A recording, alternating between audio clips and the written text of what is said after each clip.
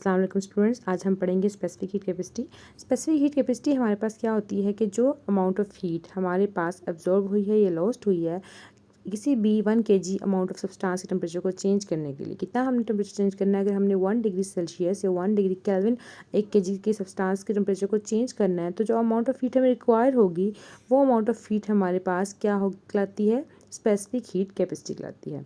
Specific heat capacity का formula हमारे पास क्या है? C=Q_m डेल्टा टी, जो कि हमने ड्राइव किया है इस फार्मूला से, हीट के फार्मूला से, जो कि है हमारे पास Q=mc delta T.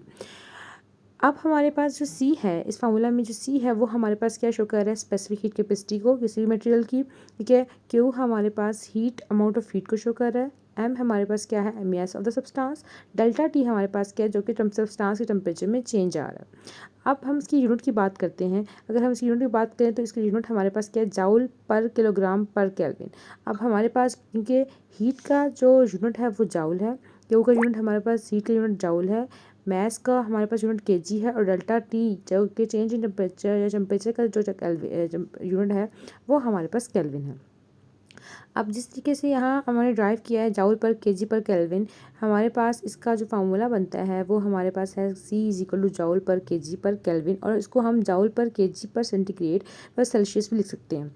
For example, अगर हमारे पास एल्यूमिनियम का जो यूनिट है स्पेसिफिक हीट कैपेसिटी है, अगर वो हमारे पास 900 जाउल पर केजी पर केल्विन है, तो उसकी वैल्यू को हम दूसरे यूनिट यानी 900 जाउल पर केजी पर डिग्री सेल्सियस में भी लिख सकते हैं। अगर कुछ ऐसे मटेरियल्स होते हैं जिनको हमारे पास अमाउंट ऑफ हीट कम रिक्वायर होती है उनका टेम्परेचर चेंज करने के लिए, तो वो मटेरियल जैसे कि हमारे पास मेटल्स हो गए, aluminium, copper, iron, diamond, ETC, ये तमाम मटेरियल्स की जो स्पेसिफिक हीट कैपेसिटी होती है वो काफ़ी कम होती है, और ये मटेरियल्स हमारे पास गुड कंडक्टर ऑफ हीट कहलाते हैं।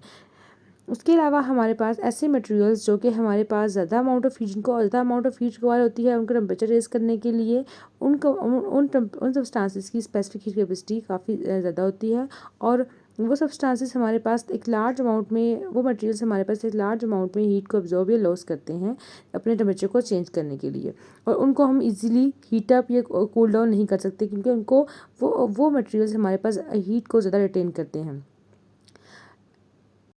स्टूडेंट्स, अगर आपने इस टॉपिक में से अब याद क्या करना है, इसमें ऐसे आपने डेफिनेशन, फार्मूला, यूनिट, और उसके अलावा जो हाईलाइटेड चीज़ें मैंने आपको इस टॉपिक में हाईलाइट की हुई हैं, आपने जस्ट इस टॉपिक में से याद करना है।